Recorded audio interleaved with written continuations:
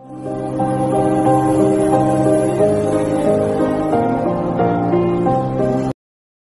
गांव में एक गरीब किसान रहता था। वह बहुत ही ईमानदार और मेहनती आदमी था। वह अपने छोटे से खेत में काम करता और बहुत ही खुश रहता था। पूरे गांव में किसान की ईमानदारी के बहुत ही चर्चा थे। उसका एक दोस्त था जो उस गांव के राजा के यहाँ सिपाहियों का काम करता था। वह किसान से उसके घर रोज मिलने जाता था। एक बार राजा ने अपने दरबार में एक ऐलान किया कि उसके बगीचे में काम करने वाला एक अच्छा सा कारीगर चाहिए जो उसके बगीचे के पेड़ पौधों और फूलों का ध्यान रख सके। राजा का यह ऐलान सुनकर किसान के दोस्त सिपाही ने सोचा कि यही मौका है कि किसान से मित्रता निभाने की। मैं उसे यहाँ बगीचे में काम पर लगवा दूंगा। उसका व मेरा साथ भी रहेगा एवं किसान का भला भी हो जाएगा।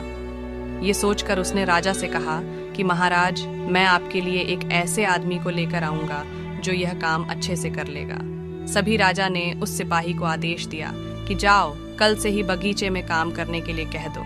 उसी वक्त वह सिपाही अपने दोस्त किसान के पास पहुंच गया और उसने किसान को बगीचे के काम की सारी बात बता दी और किसान ने भी काम करने के लिए खुशी खुशी हाँ कर दिया। अगले ही दिन अपने दोस्त के साथ राजमहल पहुंच गया। सिपाही उसे राजा के सामने लेकर गया और राजा ने उस किसान को बगीचे की पूरी देखभाल का काम सौंप दिया।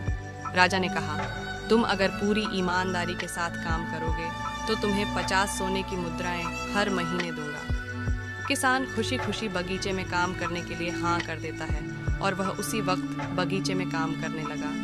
किसान बगीचे में बहुत दिल लगाकर काम करता था। कुछ दिन बीत गए। किसान ने बगीचे को बहुत सुंदर व हरा भरा बना दिया। राजा को उसका काम बहुत पसंद आया। एक दिन किसान बगीचे में कुछ खुदाई कर रहा था तो उसने जमीन के नीचे कुछ महसूस किया। तो उसने खुदाई की तो देखा वहां नीचे एक बड़ी सी संदूक थी। किसान ने वह संदूक बाहर निकाला और खोला तो क्या देखा, वह सोने और चांदी से भरी हुई थी। यह देखकर किसान बहुत खुश हुआ और अपनी ईमानदारी दिखाते हुए राजा के पास पहुंचा।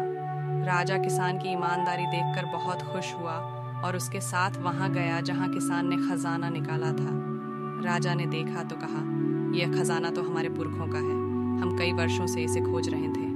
खजाना देख राजा बहुत ही खुश हो जाता है। राजा अगले दिन किसान को पूछता है, तुम्हें क्या इनाम चाहिए?